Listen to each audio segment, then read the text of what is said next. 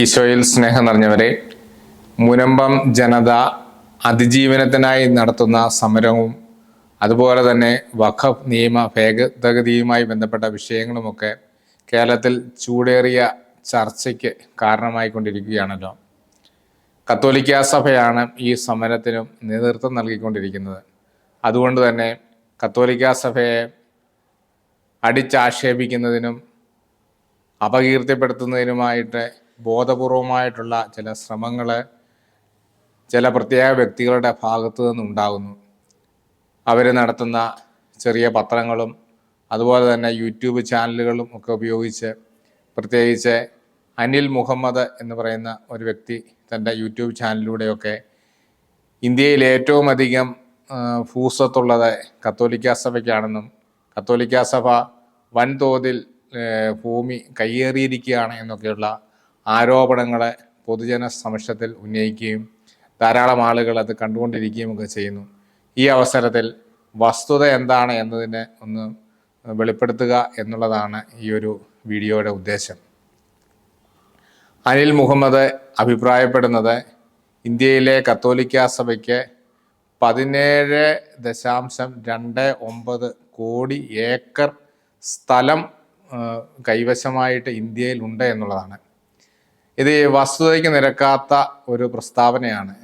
വസ്തുതയ്ക്ക് മാത്രമല്ല, സാമാന്യ ബുദ്ധിക്ക് പോലും നിരക്കാത്ത ഒരു പ്രസ്താവനയാണിതെന്ന് പറയേണ്ടതായിട്ട് വരും. കാരണം ഇന്ത്യയുടെ ആകെ വിസ്തീർണം എന്ന് പറയുന്നത് 81 കോടി ഏക്കർ സ്ഥലമാണ്. അതുപോലെ തന്നെ കേരളത്തിൻ്റെ ആകെ വിസ്തീർണം എന്ന് പറയുന്നത് 96 ലക്ഷം ഏക്കർ സ്ഥലം മാത്രമാണ്. അപ്പോൾ 17.29 കോടി ഏക്കർ സ്ഥലം കത്തോലിക്ക സഭയ്ക്ക് ഉണ്ടെന്ന് പറഞ്ഞാൽ കേരളത്തിൻ്റെ ഏതാണ്ട് 18 ഇരട്ടി സ്ഥലം സഭയുടെ കൈവശമാണെന്നും, അല്ലെങ്കിൽ ഇന്ത്യയുടെ 1/4 സ്ഥലം കത്തോലിക്ക സഭയുടെ കൈവശമാണ് എന്നൊക്കെയാണ് ഇദ്ദേഹത്തിൻ്റെ അവകാശവാദം. ഇത് സാമാന്യ ബുദ്ധി ഉപയോഗിച്ച് ചിന്തിക്കുന്ന ആർക്കും ഇത് വളരെ തെറ്റായിട്ടുള്ള ഒരു കാര്യമാണെന്ന് മനസ്സിലാക്കാൻ സാധിക്കും. രണ്ടാമതായിട്ട്, ഈ ആരോപണം തെറ്റാണ് എന്ന് പറയാൻ പ്രധാനപ്പെട്ട കാരണം കത്തോലിക്ക സഭയുടെ വസ്തുവകകളെ കണക്കാക്കിയെടുക്കുക പ്രയാസകരമാണ് എന്നുള്ളതാണ്. വഖഫിൻ്റെ വസ്തുവകകളെ കണക്കാക്കിയെടുക്കുക വളരെ എളുപ്പമുള്ളൊരു കാര്യമാണ്. കാരണം അതൊരു സിംഗിൾ അഡ്മിനിസ്ട്രേഷൻ്റെ കീഴിലുള്ള പ്രോപ്പർട്ടികളാണ്. എന്നാൽ കത്തോലിക്ക സഭയെ സംബന്ധിച്ച് അങ്ങനെയല്ല. ഇന്ത്യയിൽ തന്നെ കത്തോലിക്ക സഭയ്ക്ക് 174 രൂപതകളുണ്ട്. ഈ രൂപതകൾക്ക് എല്ലാമായിട്ട് 10,000-ലധികം ഇടവകകളുണ്ട്. അതുപോലെ തന്നെ ധാരാളം സന്യാസ സമൂഹങ്ങൾ, ഏതാണ്ട് 1000-ഓളം സന്യാസ സമൂഹങ്ങൾ ഇന്ത്യയിലുണ്ട്. അവർക്ക് നിരവധി മഠങ്ങളും ആശ്രമങ്ങളും ഒക്കെ അവരുടെ ബ്രാഞ്ചുകളായിട്ട് നിരവധിയുണ്ട്. ഇവരെല്ലാം കൂടി നടത്തുന്ന സ്ഥാപനങ്ങൾ ഏതാണ്ട് 1 ലക്ഷത്തോളം സ്ഥാപനങ്ങൾ നടത്തി വരുന്നു. 50,000-ഓളം വിദ്യാഭ്യാസ സ്ഥാപനങ്ങൾ തന്നെയുണ്ട്.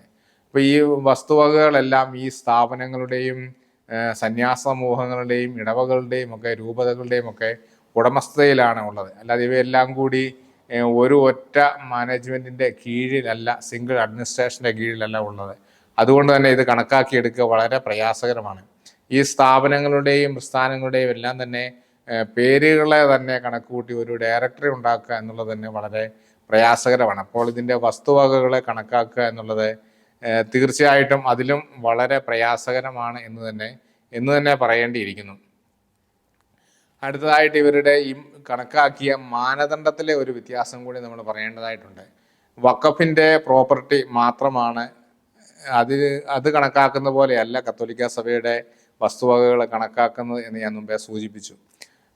കത്തോലിക്ക സഭയുടെ വസ്തുവകകൾ ഇവർ കണക്കാക്കാൻ ഉപയോഗിച്ച മാനദണ്ഡമാണ് എങ്കിൽ മുസ്ലിം സമുദായത്തിൻ്റെ എല്ലാ വസ്തുവകകളും കണക്കാക്കണം. വഖഫിൻ്റെ കയ്യിലുള്ള വസ്തുവകകൾ മാത്രമല്ലാതെ പല മോസ്കുകൾക്കും മദ്രസകൾക്കും ഒക്കെ സ്വന്തമായിട്ട് സ്ഥലങ്ങളുള്ള, അല്ലെങ്കിൽ മറ്റ് അഡ്മിനിസ്ട്രേഷനിലുള്ള സ്ഥലങ്ങൾ മുസ്ലിം സമുദായത്തിന് ധാരാളമായിട്ടുണ്ട്.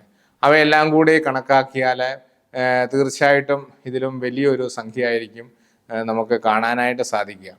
ഇത് പറയാനായിട്ട് കാരണം പ്രധാനമായിട്ടും ശ്രീ അനിൽ മുഹമ്മദ് അദ്ദേഹത്തിൻ്റെ വീഡിയോയിൽ തന്നെ പറയുന്നുണ്ട്, വഖഫിൻ്റെ വെബ്സൈറ്റിൽ കിടക്കുന്ന രജിസ്റ്റർ അനുസരിച്ച് വഖഫിന് നിലവിലെ 8,65,000 പ്രോപ്പർട്ടികൾ നിലവിലുണ്ട്.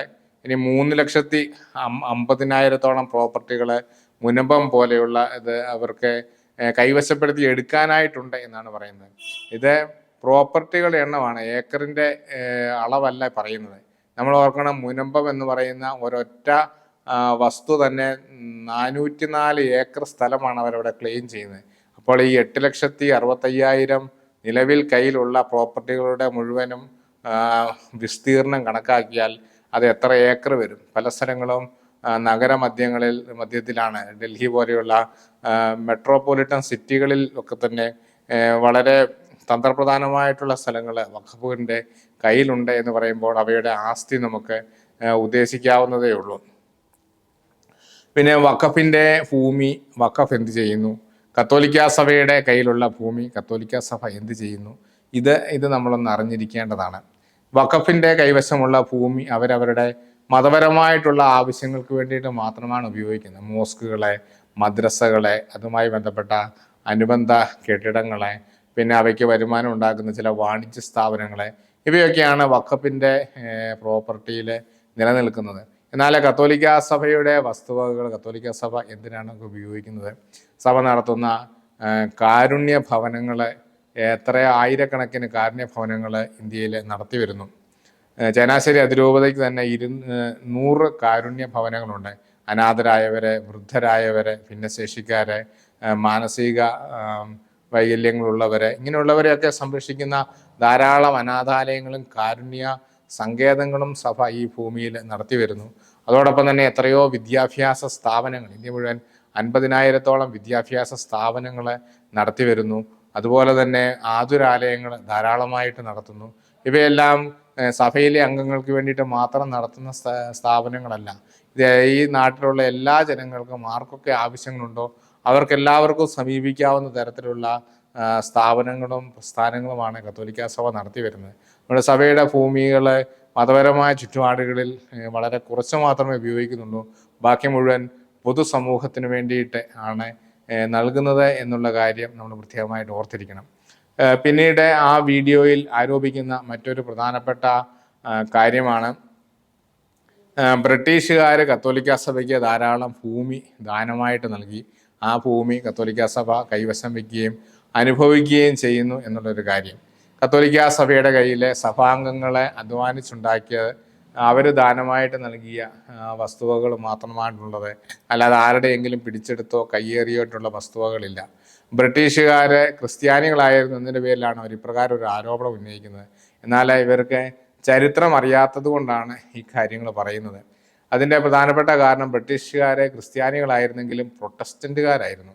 അവരെ കത്തോലിക്ക സഭയുമായിട്ട് വളരെയധികം ശത്രുതയിലുള്ള ഒരു വിഭാഗമായിരുന്നു, പ്രത്യേകിച്ച് അന്നത്തെ കാലത്ത്. ഇപ്പോൾ പോലും അവരുടെ ഭരണഘടന പ്രകാരം ഒരു കത്തോലിക്കന് ബ്രിട്ടീഷ് പ്രധാനമന്ത്രിയാകാനായിട്ട് സാധിക്കുകയില്ല. അപ്പോൾ അത്രമാത്രം അവർ കത്തോലിക്ക സഭയുമായിട്ട് വിരോധം പുലർത്തിയിരുന്ന ഒരു സമൂഹമാണ് ബ്രിട്ടീഷുകാർ അല്ലെങ്കിൽ പ്രൊട്ടസ്റ്റന്റുകാർ. അപ്പം അതുകൊണ്ട് തന്നെ അവർ കത്തോലിക്ക സഭയ്ക്ക് എന്തെങ്കിലും നൽകിയിട്ടുണ്ട് എന്ന് പറയുന്നതിൽ യാതൊരു അർത്ഥമില്ലെന്ന് മാത്രമല്ല, കത്തോലിക്ക സഭയുടെ കൈവശമുള്ള വസ്തുവകകൾ പിടിച്ചെടുക്കുക കൂടി ചെയ്തിട്ടുള്ള എന്നതാണ് യാഥാർത്ഥ്യം. അതിൻ്റെ തെളിവുകൾ ഈ നാട്ടിൽ തന്നെ ഉണ്ട്. ഈ നാട്ടിൽ തന്നെ പല പ്രധാനപ്പെട്ട പള്ളികളും ബ്രിട്ടീഷുകാരെ, പ്രത്യേകിച്ച് കേണൽ മൺട്രോ തിരുവിതാംകൂറിൻ്റെയും കൊച്ചിയുടെയും ദിവാനും പ്രസിഡന്റുമായിരുന്ന സമയത്ത് പിടിച്ചെടുത്ത് മറ്റ് ഒരു സഭയ്ക്ക് നൽകിയ സാഹചര്യങ്ങൾ ഉണ്ടായിട്ടുണ്ട്. അവയിൽ ചില പള്ളികളെ ആളുകൾ പ്രക്ഷോഭം നടത്തി തിരികെ നമ്മുടെ കൈവശം വന്നിട്ടുള്ള കത്തോലിക്ക സഭയ്ക്ക് തിരികെ കിട്ടിയിട്ടുള്ള പള്ളികളുണ്ട്. അവയൊക്കെ ചങ്ങനാശ്ശേരി കത്തീഡ്രൽ പള്ളി, ആലപ്പുഴ പഴവങ്ങാടി പള്ളിയൊക്കെ പ്രകാരം ആളുകളെ ബ്രിട്ടീഷുകാർക്കെതിരെ പ്രക്ഷോഭം നടത്തി കത്തോലിക്ക സഭയിലെ ചോര ചിന്തി കത്തോലിക്ക സഭയെ നിലനിർത്തിയിരിക്കുന്ന പള്ളികളാണ്. പ്രകാരം കത്തോലിക്ക സഭയോട് വളരെയധികം ദ്രോഹം ചെയ്തിട്ടുള്ള ഒരു സമൂഹമാണ് ബ്രിട്ടീഷുകാർ. അല്ലാതെ ഒരിക്കലും അവരുടെ ഭാഗത്ത് നിന്ന് കത്തോലിക്ക സഭയിലേക്ക് സഹായങ്ങൾ ഉണ്ടായിട്ടില്ല. ഈ വീഡിയോയിൽ പറയുന്ന മറ്റൊരു പ്രധാനപ്പെട്ട ഒരു കാരണവും കൂടി 1927 ചർച്ച് എസ്റ്റാബ്ലിഷ്മെന്റ് ആക്ട് പ്രകാരം കത്തോലിക്ക സഭയ്ക്ക് ധാരാളം ഭൂമി ബ്രിട്ടീഷുകാരെ നൽകിയെന്നുള്ളതാണ്. എന്നാൽ ഈ ആക്ട് കത്തോലിക്ക സഭയുമായിട്ട് ബന്ധപ്പെട്ടതല്ല. ഇംഗ്ലണ്ടിലെ ചർച്ചായ ആംഗ്ലിക്കൻ ചർച്ചിൻ്റെ മിഷണറി പ്രവർത്തനമായിട്ട് ഇന്ത്യയിൽ രൂപപ്പെട്ടു വന്ന ക്രൈസ്തവ സമൂഹങ്ങളെ ആ സഭയുടെ നിയന്ത്രണത്തിൽ നിന്ന് മാറ്റി സ്വതന്ത്ര സഭകളാക്കി മാറ്റുന്നതിന് വേണ്ടിയിട്ട് ഉണ്ടാക്കിയിരിക്കുന്ന ഒരു ആക്റ്റാണ്. അത് പ്രകാരമാണ് പിന്നീട് CSI CNI സഭകളൊക്കെ ഈ നാട്ടിൽ നിലവിൽ വന്നിട്ടുള്ളത്. അതേസമയം കത്തോലിക്ക സഭയ്ക്ക് അവകാശവാദം ഉന്നയിക്കുന്ന ഭൂമികൾ ഉണ്ടായിരുന്നു. എന്നാൽ ഈ ഭൂമികൾ 1960 കേന്ദ്ര സർക്കാരിന് വിട്ടു നൽകുകയാണ് ഉണ്ടായത്. മിലിറ്ററി ആവശ്യങ്ങൾക്ക് വേണ്ടിയിട്ട് ഒക്കെ സർക്കാരിന് വിട്ടു നൽകിക്കൊണ്ട് സഭ സാമൂഹ്യ പ്രതിബദ്ധതയും രാജ്യസ്നേഹവും കാണിക്കുകയാണ് ചെയ്തിട്ടുള്ളത്. ഇപ്പോൾ എല്ലാ കാലത്തും ഈ സമൂഹത്തിനും രാഷ്ട്രത്തിനും നന്മയ്ക്ക്, പൊതുസമൂഹത്തിൻ്റെ നന്മയ്ക്ക് വേണ്ടിയിട്ട് നിലനിൽക്കുന്ന കത്തോലിക്ക സഭയെ ഇപ്പോഴും നീതിക്ക് വേണ്ടിയിട്ടുള്ള ഒരു പോരാട്ടത്തിലാണ്. മുൻപത്തെ ജനതകളുടെ റവന്യൂ അവകാശങ്ങൾ പുനഃസ്ഥാപിക്കുന്നതിന് വേണ്ടിയിട്ടുള്ള ശക്തമായ പോരാട്ടങ്ങൾ നടത്തിക്കൊണ്ടിരിക്കുകയാണ്. ഈ അവസരത്തിൽ ഇപ്രകാരമുള്ള അധിക്ഷേപങ്ങളിലൂടെ അല്ലെങ്കിൽ വ്യാജ ആരോപണങ്ങളിലൂടെ സഭയെ അധിക്ഷേപിക്കുന്നത് വളരെ ഖേദകരമായിട്ടുള്ള ഒരു കാര്യമാണ്. ഇത് ഇപ്രകാരമുള്ള യൂട്യൂബേഴ്സിൻ്റെ ഒക്കെ ഭാഗത്ത് മാത്രമല്ല, സർക്കാരിൻ്റെ ഔദ്യോഗിക സംവിധാനങ്ങളിൽ നിന്ന് പോലും ഉണ്ടാകുന്നു എന്നുള്ളതാണ്. ബഹുമാനപ്പെട്ട ന്യൂനപക്ഷ ക്ഷേമ വകുപ്പ് മന്ത്രി ശ്രീ അബ്ദുറഹ്മാൻ വൈദികരെ വർഗീയവാദികളായിട്ട് ചിത്രീകരിക്കാനായിട്ടുള്ള ഒരു ശ്രമം നടത്തി. അദ്ദേഹം ഇത് ആദ്യമായിട്ട് നടത്തുന്ന ശ്രമമല്ല. വിഴിഞ്ഞൻ സമരത്തിന് നേതൃത്വം നൽകിയ വൈദികരെ അദ്ദേഹം ഇപ്രകാരം വർഗീയവാദികളായിട്ട് ചിത്രീകരിക്കുവാനായിട്ട് ശ്രമിച്ചു. അതിനുശേഷം വീണ്ടും ഇവിടെ മുനമ്പത്തും വന്ന് അദ്ദേഹം തൻ്റെ പ്രസ്താവനകളെ ആവർത്തിക്കുകയാണ് ചെയ്തത്. അദ്ദേഹം ഒരു മതേതര ജനാധിപത്യ രാജ്യത്തിലെ ഭരണാധികാരിയാണ് എന്ന കാര്യം അദ്ദേഹം മറന്നു പോകുകയാണ്. ഇപ്പോൾ JB കോശി കമ്മീഷൻ റിപ്പോർട്ട് 18 മാസമായിട്ട് അദ്ദേഹം കൈയടക്കി വെച്ചിരിക്കുകയാണ്. അത് പുറത്തു വിടാൻ തയ്യാറാകാതെ അത് അട്ടിമറിക്കുന്ന ഒരു സമീപനമാണ് അദ്ദേഹം സ്വീകരിച്ചിരിക്കുന്നത്. ഈ രാഷ്ട്രത്തിലെ എല്ലാ ജനവിഭാഗങ്ങളെയും തുല്യതയോടുകൂടി കാണുന്ന, സമഭാവനയോടുകൂടി വീക്ഷിക്കുന്ന ഒരു മനോഭാവമാണ് ഇവിടുത്തെ ഭരണാധികാരികളുടെ പക്കൽ നിന്ന് പ്രതീക്ഷിക്കുന്നത്. ഇപ്രകാരമുള്ള സ്വജനപക്ഷപാതം ഒരിക്കലും ഒരു ശരിയായ ഭരണാധികാരിക്ക് ചേർന്നതല്ല എന്ന വസ്തു കൂടി അവസരത്തിൽ ഓർപ്പിക്കുവാനായിട്ട് പ്രത്യേകമായിട്ട് ആഗ്രഹിക്കുകയാണ്. ആരൊക്കെ എന്തൊക്കെ ആക്ഷേപങ്ങളും ആരോപണങ്ങളും ഒക്കെ ഉന്നയിച്ചാലും കത്തോലിക്ക സഭ എപ്പോഴും നീതിയോടൊപ്പം നിൽക്കും.